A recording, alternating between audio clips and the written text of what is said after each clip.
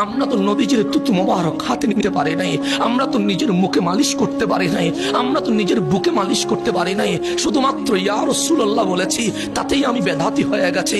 শুধুমাত্র নবীকে দাঁড়ায়া সালাম দিয়েছি, তাতেই আমাদের বন্ধু ফতোয়া দিয়েছে। তারা কি ওই বুখারীর হাদিসটা পড়ে নাই? হযরত উরওয়া বলে, রাসূল ওযু করতে লাগলেন, কানু ইয়াকতাতিলুনা, নবীজির সাহাবায়ে কেরাম আজকে আপনারা ভিড় করছেন মাহফিল শোনার জন্য, আর মদিনার মানুষ মাহফিল শুনতে যায় নাই, মদিনার মানুষ নবীর কুলির পানি নিতে গিয়েছে।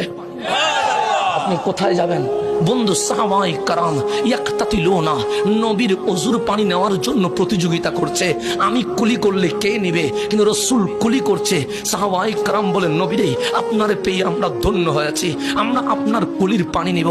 আমার নবী নাকে পানি দিলেন, সাহাবায়ে কেরাম নাকের পানিগুলো নিয়ে নিলেন।